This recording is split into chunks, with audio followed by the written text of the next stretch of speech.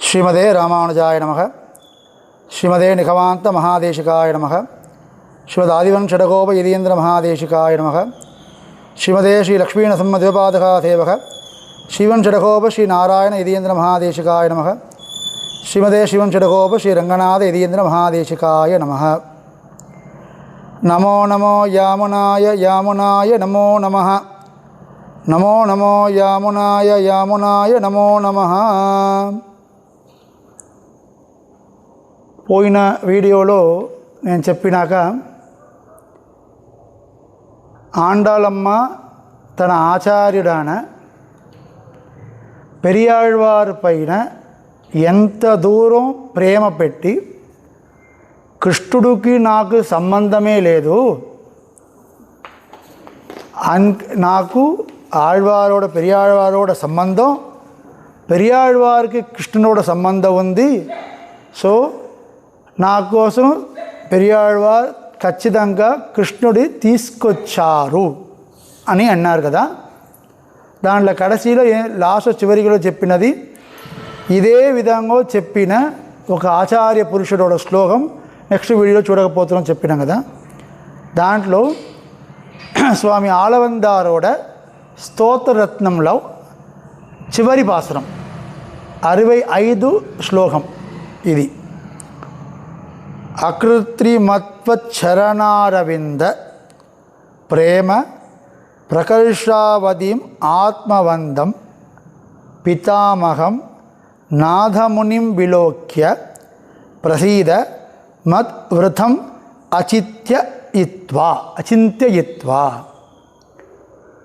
ఇదిలో ముఖ్యమైన వర్డ్ ఏది స్వామి అంటే పితామహం నాథమునిం విలోక్య.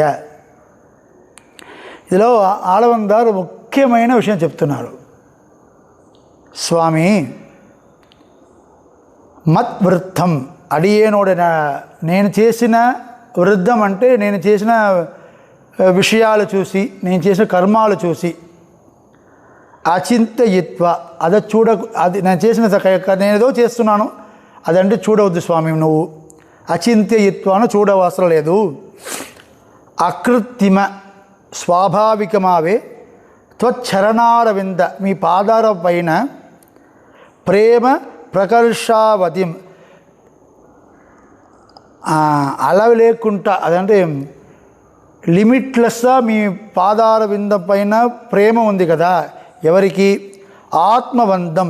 అదేవిధంగా బుద్ధి జీవాత్మ ఎవరు పరమాత్మ ఎవరు వివేక జ్ఞానం ఉన్న ఎవరు అంటే పితామహం నా పితామహుడు నా తాతయ్య గారు, నాథమునిం శ్రీమన్నాథమునికి మన నాథముని అన్నారు కదా, నాథమునిం విలోక్య ఆయన చూడండి స్వామి, చూసి నన్న ప్రసీద నా పైన ఉన్న కోపాన్ని పక్కన పెట్టి నన్ను క్షమించి నన్ను మీ దగ్గర తీసుకోండి స్వామి.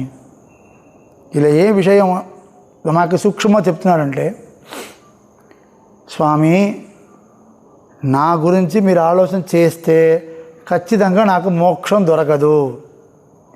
నా వృద్ధం నేను నడవడికి అంత మంచి లేదు, నేను ఒక చట్టమైన వ్యక్తి, నాకు అది రాదు.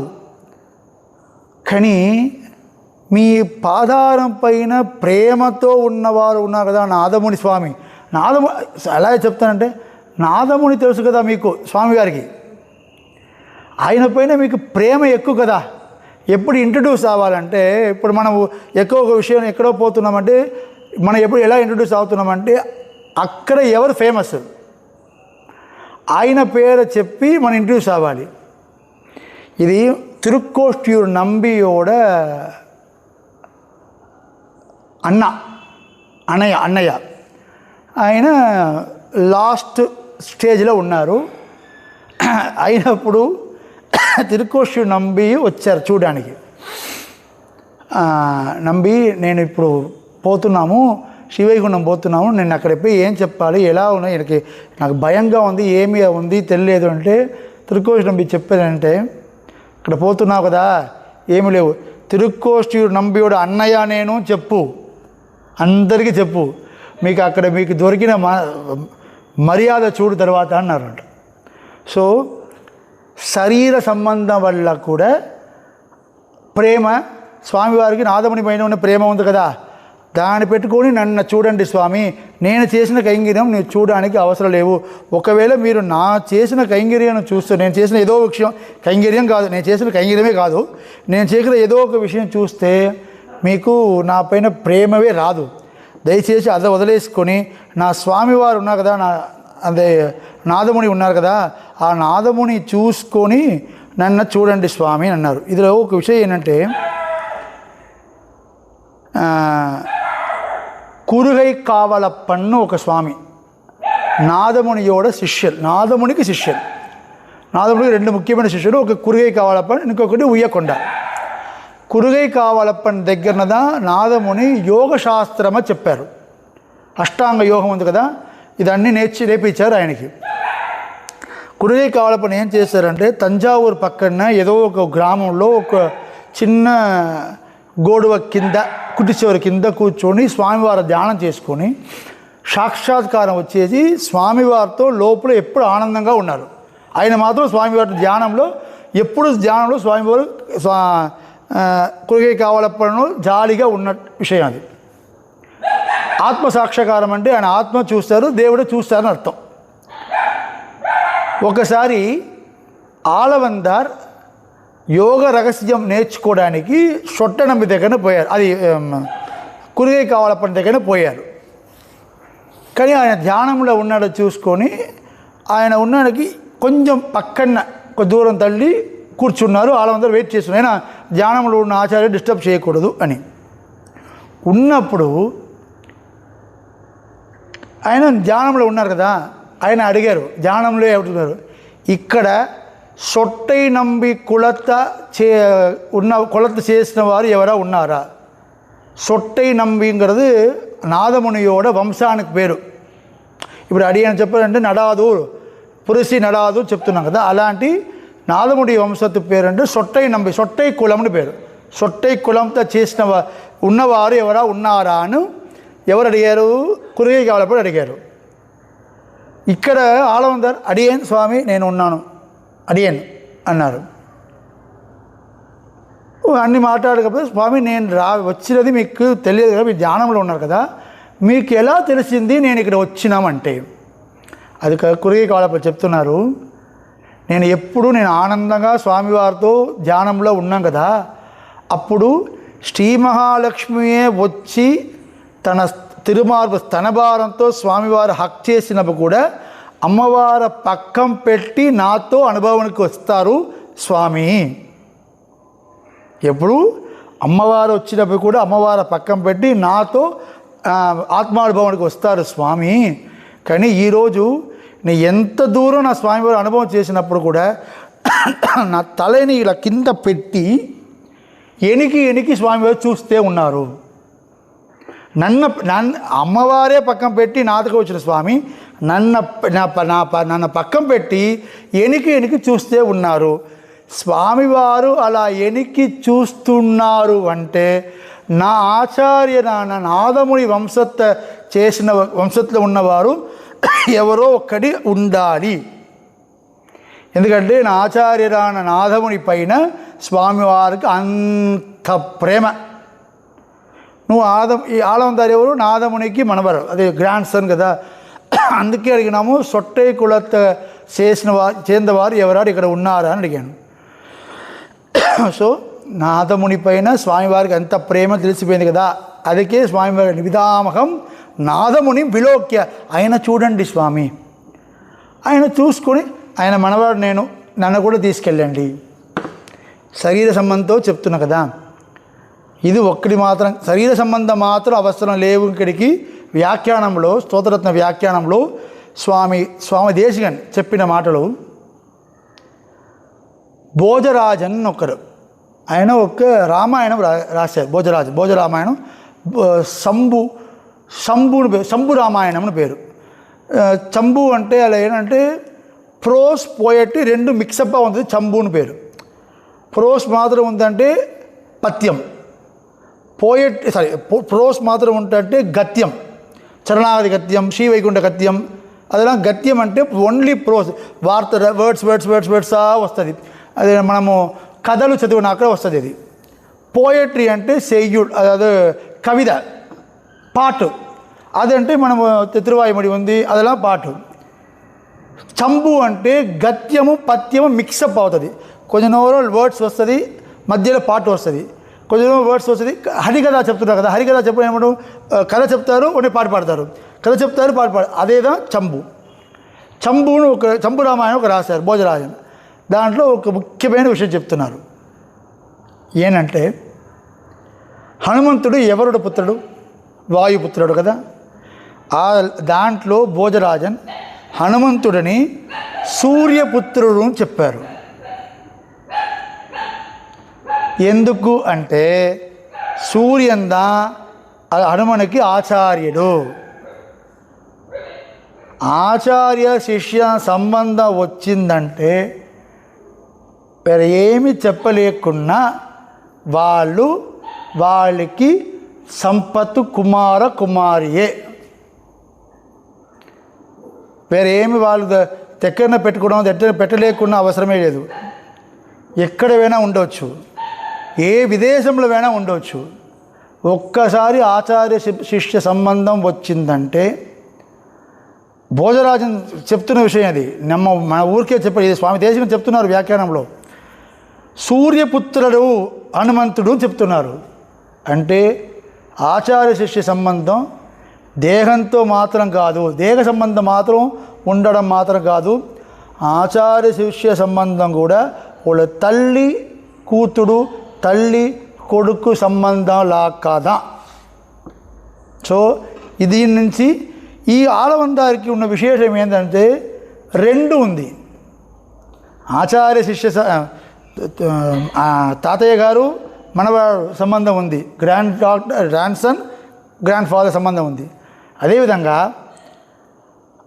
నాదమునియోட శిష్యుడు ఉయ్యకొండాడ శిష్యుడు మణకాల నంబియోడ శిష్యుడు ఆలవందారు. సో ఆచార్య వల్లవు నాదమునితో సంబంధం. ఏనా ఇది అంటే రావడం రాదు కదా. సో ఆచార్య సంబంధం కూడా నేను చెప్పినాక సూర్యపుత్రుడు హనుమంతుడు చెప్పినా కదా. అదేవిధంగా ఇప్పుడు ఆనందర్ పితామహం చెప్పినది తనకు ఆయనకున్న రిలేషన్ మాత్రం కాదు, నా ఆచార్యుడు పితామహుడే కదా. ఆయన ఆచార్యుడు మణకాల నంబియుడు తండ్రి, ఆయన ఆచార్యుడు పెద్ద తండ్రి, ఆయన ఆచార్యుడు పితామహుడు కదా. అలాంటి కూడా నా పితామహుడు నాదమునియే. ఆచార్య సంబంధము కూడా ఒక తండ్రి కొడుకు సంబంధం కదా. సో అదే చెప్తున్నారు ఇది. సో పితామహం నాథమునిం విలోక్య మత్ప్రసాదాత్, నన్ను కృప చేయండి స్వామి, నన్ను చూస్తే మీకు తప్పకుండా నా పైన కృప చేయడానికి కుదరదు మీకు. ఇంకొకటి పశుర్వా పక్షీవా అని ఒక శ్లోకం ఉంది, ఒక చాండిల్య సంగీత శ్లోకం.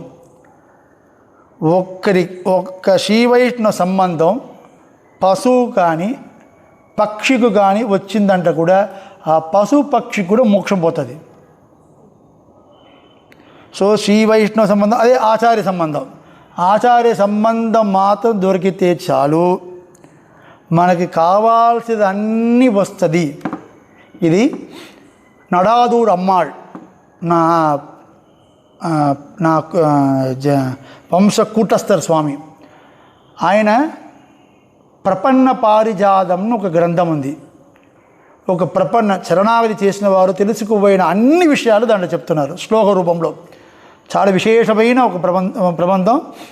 మన నెక్స్ట్ వీడియో కూడా ప్లాన్ చేస్తున్నాం. ఆయన త్రినక్షత్రం చైత్ర మాసం చిత్ర నక్షత్రం వస్తుంది, దానికి లోపల ఆ స్వామివారు చెప్పిన ప్రబంధ పారిజాతం ఒక ఫుల్ వీడియో సిరీస్, ఏనా చాలా విషయం చెప్పాలి. సో ఒక ఫుల్ వీడియో సిరీస్ చేయాలని ప్లాన్ చేసుకున్నాం. ఆ దాంట్లో ఒక చెప్తున్నారు, అதாவது ఏంటంటే ఆచార్యస్య ప్రసాదేన మమ సర్వ అభివిత్సతం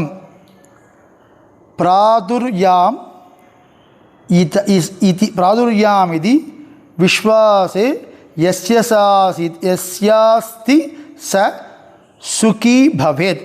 అంటే ఆచార్యుడోడు అనుగ్రహం వల్ల నాకు నేను అనుకున్న విషయాలు అన్నీ నాకు వచ్చింది. ఈ విషయంలో ఇది కొంచెం శ్లోకం మీకు గుర్తు లేకుండా కూడా పర్వాలేదు, అర్థం గుర్తుకొచ్చి ఉండాలి. ఆచార్యనోడ అనుగ్రహం వల్ల నాకు నేను ప్రార్థన చేసిన నాకు నచ్చిన విషయం, నేను అనుకున్న విషయాన్ని నాకు తప్పకుండా నీకు వస్తుంది. ఇలాంటి ఎవరికి నమ్మకం ఉందో వాళ్ళే సుఖీ భవేత్, సుఖంగా ఉంటారు. விஷயம் தான். அதாவது ஆச்சாரிய கிருபை தான் அன்னி ஆச்சாரிய అభిమానమే ఉత్తారకం. అలాంటి ఎవరు ఉన్నారో వాళ్ళే సుఖంగా ఉంటారు. ఆచార్య అనుగ్రహం ఉందంటే నాకు ఏమి లోకంలో కావాలో, ఏదో ఆచార్య లోకంలో ఉన్నదిలే పెద్ద ప్రైస్ ఇస్తున్నారు, దేవుడే ఇస్తున్నారు. ఆ దేవుడే ఇచ్చినప్పుడు లోకంలో ఉన్న విషయాలన్నీ దొరకదా? సో ఆచార్య కృప వల్ల నేను అనుకున్న విషయాలన్నీ నాకు తప్పకుండా వస్తుంది అని ఎవరికి నమ్మకం ఉందో వాళ్ళే సుఖంగా ఉంటారు అని చెప్తున్నారు.